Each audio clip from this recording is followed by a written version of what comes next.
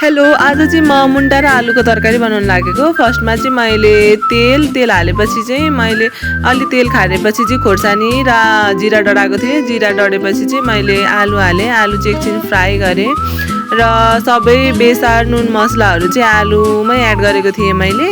र आलु चाहिँ अलिअलि पाकेपछि चाहिँ मैले मुन्टा हालिदिएँ। मुन्टा चाहिँ अलिकति भरि भएको थियो अनि एकछिन घट्नको लागि एकछिन मैले त्यतिकै छोडिदिएँ र एकछिन चलाइदिएँ। घटेपछि चाहिँ अलिअलि र मजाले पाक्नको लागि चाहिँ मैले नर्मल हिटमा चाहिँ एकछिन छोपेँ र छोपेर हेर्दाखेरि चाहिँ आधी घटिसकेको थियो साग चाहिँ।